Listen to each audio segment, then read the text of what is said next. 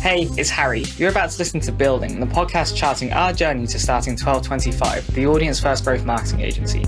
We want our podcast to be a very open and transparent look around the journey of starting an agency.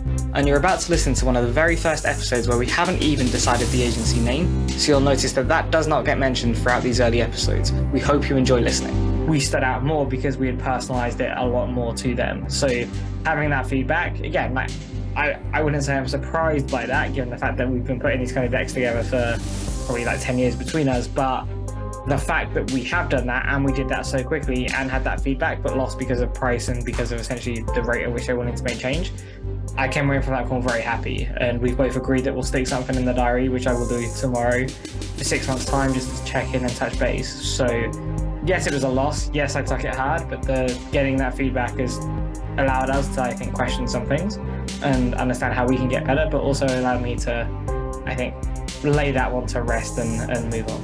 And there were a lot of people questioning, what the fuck is going on? What's my job going to look like? Is there a need for copywriters anymore? You have a bunch of people sat on the other side of the fence who are saying, actually, that's great. I can spin up a bunch of content. And all of that stuff is true. And there is a lot of unknowns here. But all we actually know is the things that have always remained true, which is people buy from people.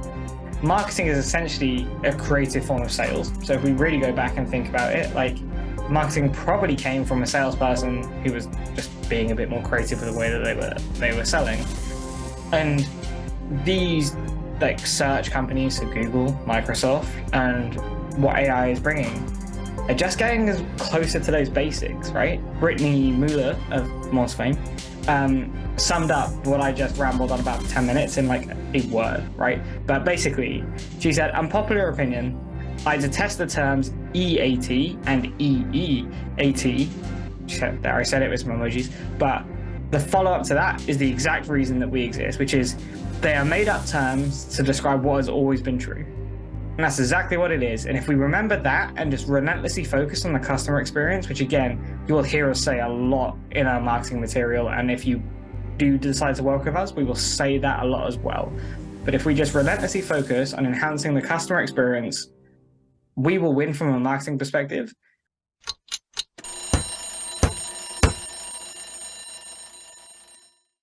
Hello, and welcome to Building, our podcast that is charting our journey in setting up and scaling a growth marketing agency. This is episode number 12, and the recording date is the 18th of June, 2023. I'm joined today by my co-founder, Harry. Hello, Harry. Hey, Brennan. How you doing? Yeah, not too bad. Boy, what a week that has been for both of us, I'd say. Yeah, I'd say the last week has been mildly intense. I think in comparison to what next week is looking like, it probably hasn't actually been that bad. I think we're really going to start to experience the intensity next week and more so you. But yeah, last week was I described last week. So I guess for context, today's Sunday. So the last working week was probably a big week, and I described next week as a massive week. So looking forward to it. Yeah, I agree. I think for me, obviously next week is the big, massive week for the agency, for us to make our first steps. Last week for me was probably hectic because I had a lot of delivery to do to get ready for this week. And now that's out the way, the stuff that's coming up this week, which we'll talk about on this pod, I'm looking forward to that bit. So I'm feeling more relaxed about the coming week than the past week. Lots of hours have gone in last week. So that's why I was saying it was a big week for me. So let's give you a bit of a kind of head start into our week next week then. So there's possibilities of 3 or 4 contracts landing with us next week. That's why it's a massive week for us. This will help dictate kind of our initial hiring plans and where we are to target as well. So it's a massive week on that front. And yeah, so for myself, we've got pitches. Like last week I had a pitch and I've got a follow-up pitch from that with the CEO tomorrow in the office. And then immediately, I think half an hour later, I go into a second one, which is where I've been spending my time doing a deck, which you've been reviewing. So that's my kind of work last week. that's what I was all working on. Harry, how about you? What was your week like last week? I think steady in comparison to yours. I think given how the clients have fallen, my work in terms of the one that you mentioned last week and the one that we're building up to for this week has very much been behind the scenes. It's like you say, like working, like I did the deck for one of them, helping with the other. So I've been doing other stuff. So I've been helping get the website as close can be before your review. So we're about 90% there. The developer that we've chosen is working through the mobile changes at the minute, which, if I'm honest, are fairly minimal. The process so far has been very smooth. He has been great. He's with very little direction been able to crack through things and get us to where we need to be. So we're mainly just changing spacing and making sure that the kind of like resizing rules as we scale down to mobile are the same throughout the pages. So hopefully by close of play tomorrow, so close of play Monday, that should be done ready for your review. Nice. Pending maybe a couple of final tweaks, we should have the website wrapped in the next day or two, which would be great because then we can just transfer that to our Webflow account and have it sit there until we're ready for it to be live. So one thing that hopefully we can check off the box early next week, which I'm looking forward to. And then the other thing that I thought I'd bring to the podcast as well, as I know we haven't spoken about it much separately, is a couple of weeks ago now we spoke on the pod about the fact we had our first no from a sales pitch, and that it hit especially myself pretty hard because it sounded like it was going to be a procession to get anything that closed. But one of the big things that I've learned from, I guess, our time at other agencies in the sales process is to try and always ask for feedback. And I don't know what your opinions are on this, Brendan, but most of the time you don't tend to get anywhere. What you tend to get is the classic, yeah, definitely we'll do that sometime, and then it doesn't happen. So massive credit to the client that we pitched to that they took the time and 10-minute call just to go over things with us, and we got a real good understanding of the situation. So there was, the way I'd describe it is 2.5 agencies that pitched. So you had ourselves, one other agency, and like a software agency that they were already working with as well, who were in the fray. And the feedback that we received was very much we lost it for 2 reasons, and reasons that I'm more than happy to lose a sales pitch on ever. So price, and as I think we spoke about in the pod, like we had discounted as far as we could go, given, I guess, the level of work, the deliverables, the expertise that comes with, I guess, where we are at our stage now, whereby you're working with you at night, right? Like if you sign with the agency at the moment, you're going to have UI, so 2 very experienced industry professionals, plus then someone, again, senior coming onto that account. So we couldn't really discount it more than we did. So price was a big factor. And the second was they're going through a huge amount of change at the moment. And they started to question whether they wanted the additional change of onboarding an agency, which I think lessons can be learned there in terms of really getting involved in some of this stuff with exploratory calls a bit more. And I think definitely when we have more time on sales, we'll refine that process for sure, which is great. But then we asked for other feedback, which is like, okay, I understand why we've now lost the decision, but is there anything else? Like, is there anything that we could have done differently? Which, again, was great. The answer to that was no. And the one piece of feedback we did get was the 2 agencies, so us and one other, they were very established naturally, right? Like we're always going to be the ones in our infancy, given we haven't even launched yet. And they said that there was no notable reduction in, I guess, strategic thinking or in the way the decks were presented or anything like that. If anything, we stood out more because we had personalized it a lot more to them. So having that feedback, again, like I wouldn't say I'm surprised by that, given the fact that we've been putting these kind of decks together for probably like 10 years between us. But the fact that we have done that and we did that so quickly and had that feedback, but lost because of price and because of essentially the rate at which they're willing to make change, I came away from that call very happy. And we've both agreed that we'll stick something in the diary, which I will do tomorrow for 6 months' time, just to check in and touch base. So yes, it was a loss. Yes, I took it hard, but getting that feedback has allowed us to, I think, question some things and understand how we can get better, but also allowed me to, I think, lay that one to rest and move on. Yeah, nice. And well done, because you put a lot of effort into that. I know kind of how hard you worked on all of that. The main things out of that, we actually got a deck template in place and we got the feedback that it's good. It's kind of matching, if not better than other agencies. So that's positive there. And some of those learnings we've actually taken and put into place with the people that we're talking to now. So it was a valuable kind of situation. All's not lost on that front either. I reckon in 6 months' time that they'll want to talk. Similar to the no's I've had, kind of didn't get to the pitch stage, but I think I'll be able to speak to them again in a few months' time and bring them on board essentially. It's valuable feedback, and we'll have to get more from kind of over the next couple of weeks. But so far, the feedback that we have received from our sales conversations that are ongoing have been extremely positive. So hoping that all turns out all right. So next element then, and one area that we need to confirm, pretty sharpish, because in a couple of weeks' time we'll be needing an office. And Harry, again, whilst I've been working through the delivery bits and pieces of this strategy project, you've been negotiating on the office, and so where are we?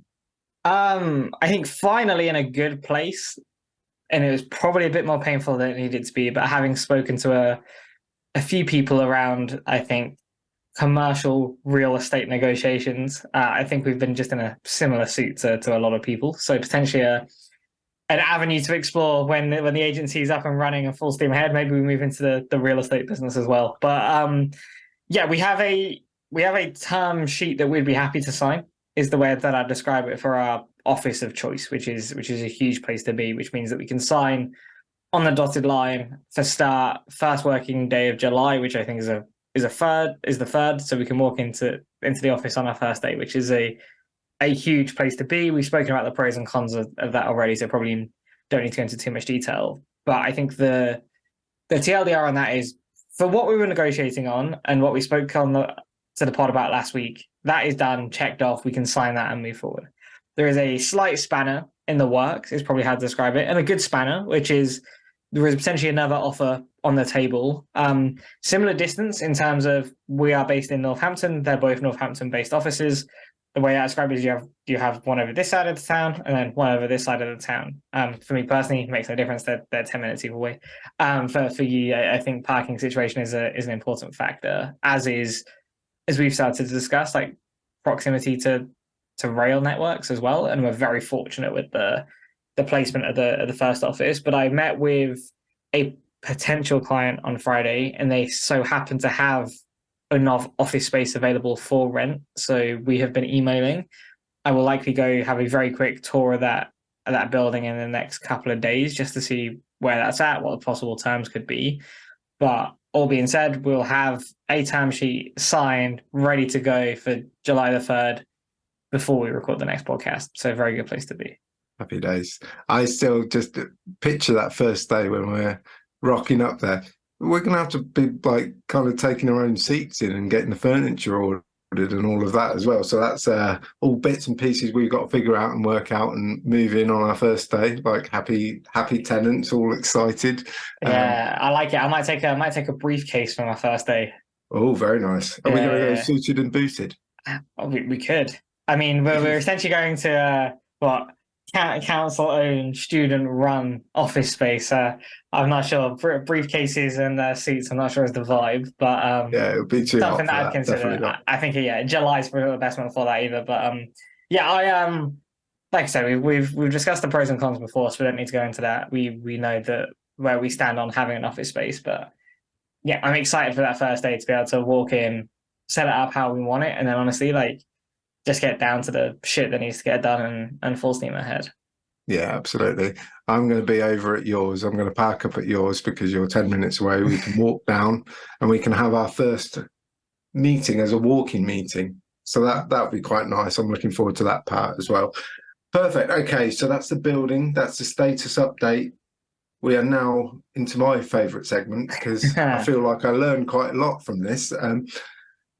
We've got another topic from you this week, and then I'm definitely going to have to bring a table to the topic next week. So a table to the topic. I like it. Table to the topic. I can't even talk. Blimey. Shall we start again? Right. Harry, you're going to bring a topic to the table. I will let you explain all now. Okay, nice. So last week I spoke about, I guess, just getting started and how much actual, I guess, progress is lost in the pitch, RFP stages, and things like that of the existing processes that are there when you like look to onboard an agency. And the whole theme of that was around just do it. So I've actually worn my Just Do It hat today, inspired by that. And this week I want to talk about something that has actually been on the list of topics to the table or tables to the topics, as it's now called, for a few weeks now, around people buying from people and what that means in the world of organic search. And the reason that I'm pushing it forward this week to make sure we talk about it is actually I've seen a few well-known people within the industry talk about this over the last couple of days. And as much as that is reassuring in one way, it's also a little bit frustrating that we can't be some of the first talking about this, given essentially the entire agency has been set up because of just how strongly we believe this and have believed this for a while. But fundamentally, the reason that I've named this segment People Buy From People is because there is a lot of perceived change in the world of SEO or organic search, whatever you want to call it, over recent months, especially as this like race to capitalize on the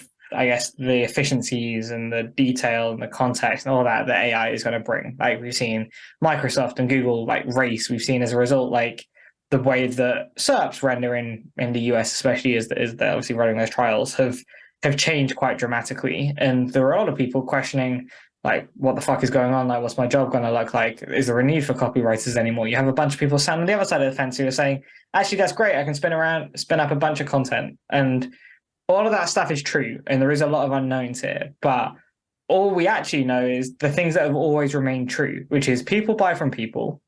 Marketing is essentially a creative form of sales. So if we really go back and think about it, like marketing probably came from a salesperson who was just being a bit more creative with the way that they were selling.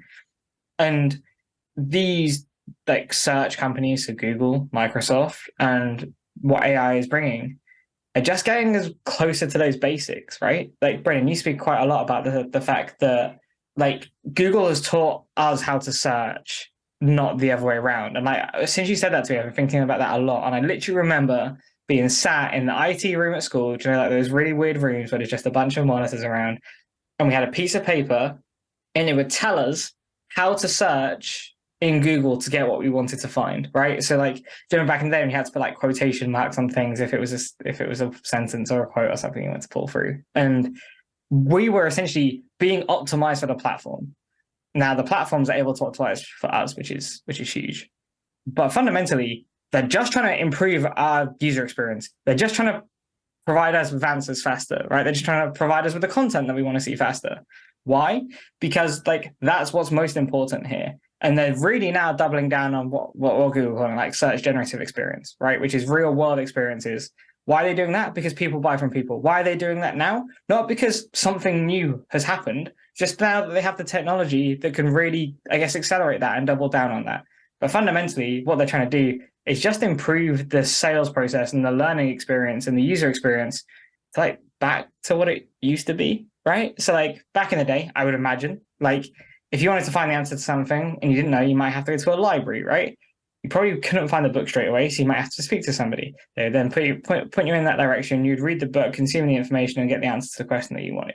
If you wanted to book a holiday, you would go through a travel agent. You would call the travel agent. You'd ask like, oh, you maybe be like, have you been there? What's it like? Can I get some reviews on that? I think it's changing, right?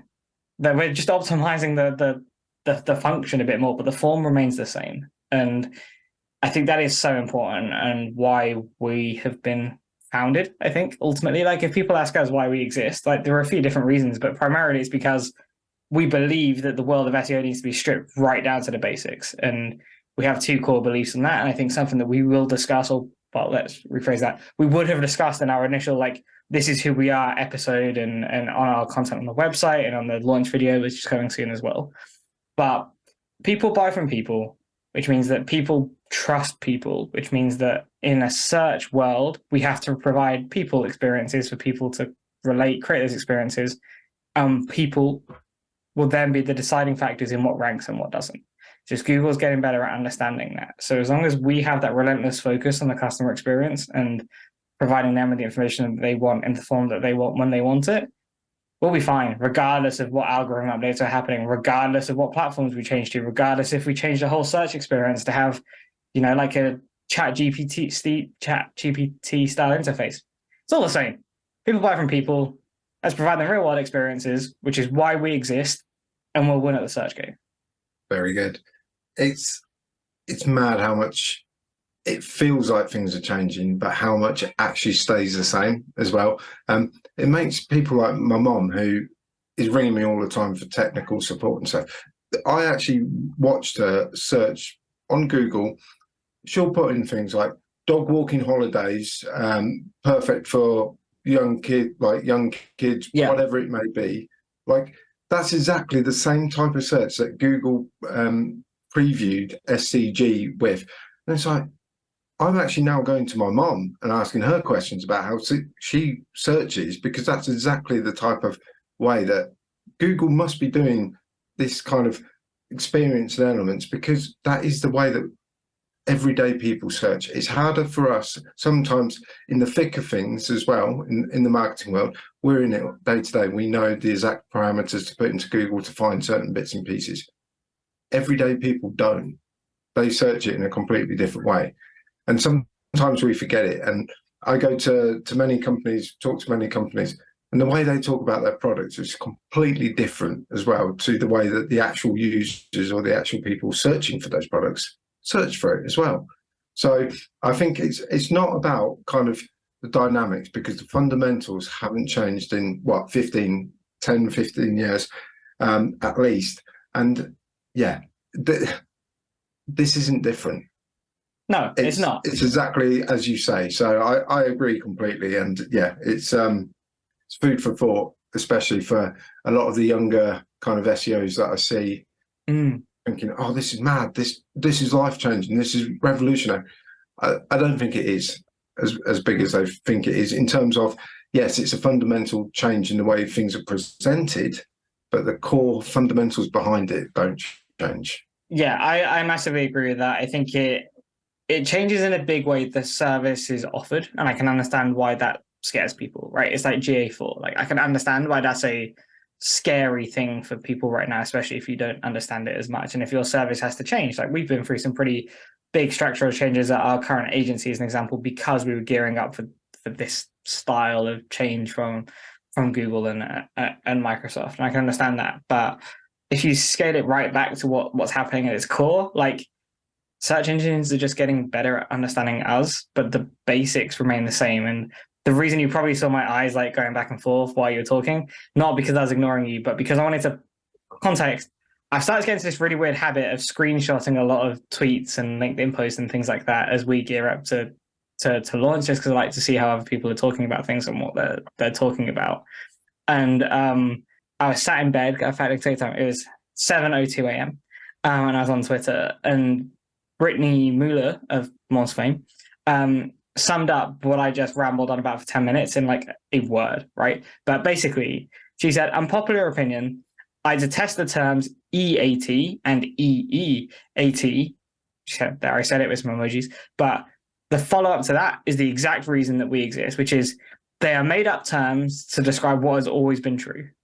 And that's exactly what it is. And if we remember that and just relentlessly focus on the customer experience, which again, you will hear us say a lot in our marketing material. And if you do decide to work with us, we will say that a lot as well. But if we just relentlessly focus on enhancing the customer experience, we will win from a marketing perspective.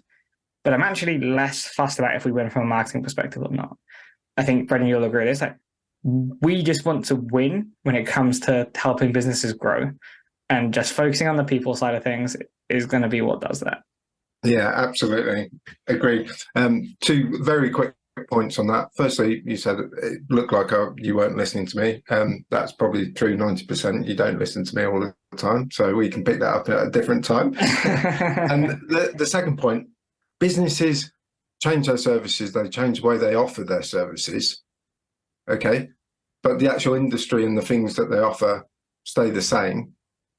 This is basically just Google changing their service offering slightly in terms of the face of it, but it's all the same. They're still presenting the same data because Google don't actually produce data. Other people do, and they just feed it and funnel it and present it in a different way. So just think of it like that as well. So perfect. I could talk to you about that kind of topic all the time. I mean, I suppose that's why we're building a growth marketing agency based around that kind of area of chat. But let's move on to our weekly commitments. This is where we kind of hold ourselves to account and say that we're going to do certain bits and pieces. 9 times out of 10, we'll get stuff done. And sometimes we need to catch up. So I'll go first. So this week, obviously, tomorrow is all about kind of pitches. One is a final kind of pitch to the CEO.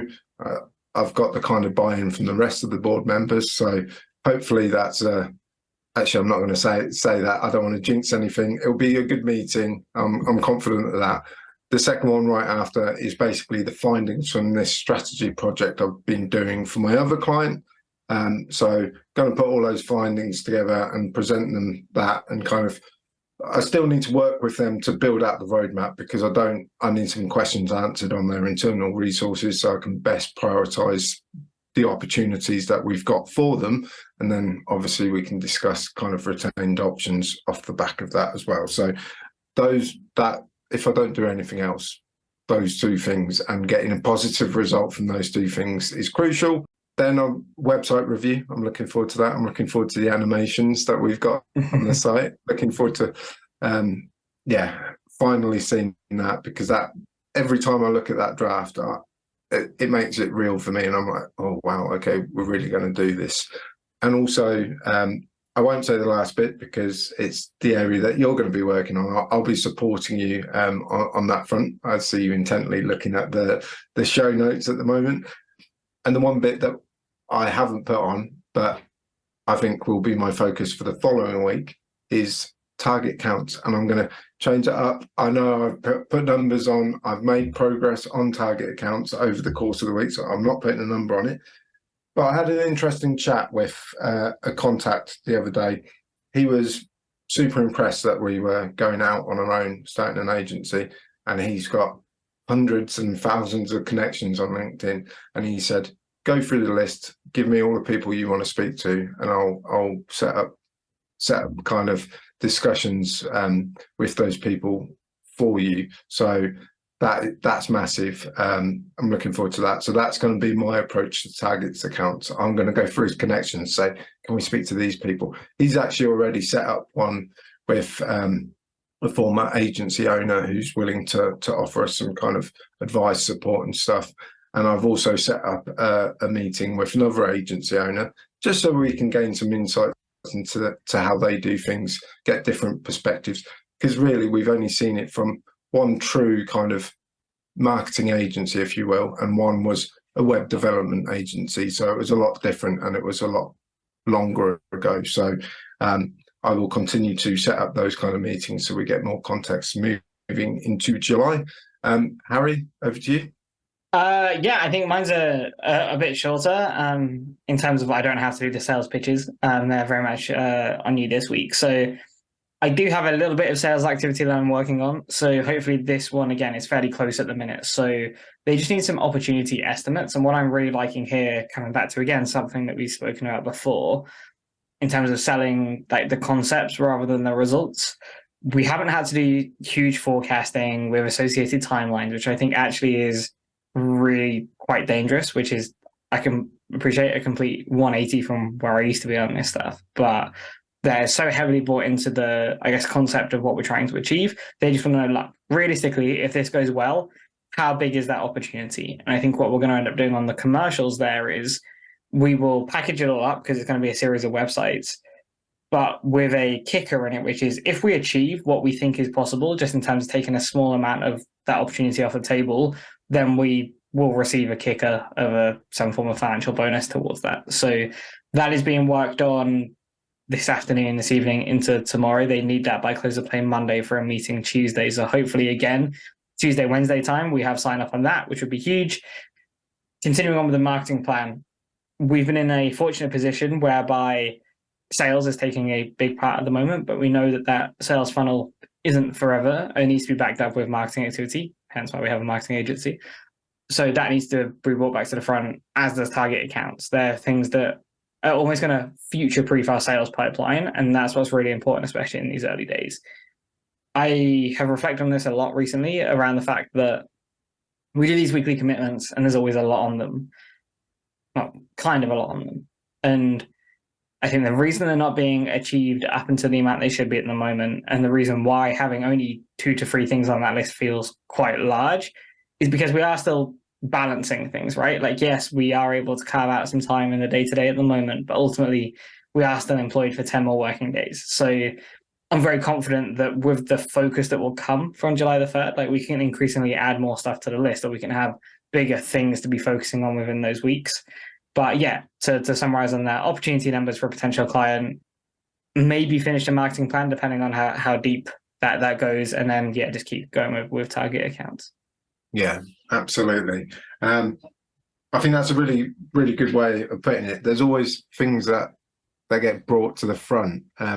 That's the agency life. You know, we've just got to deal with it. Certain bits and pieces, you think, oh, okay, that meeting is going to happen in July, and then suddenly things change. They pull it forward 10 days, and you're scrambling to make sure you can get things done for certain meetings. So we're well versed in those kind of areas.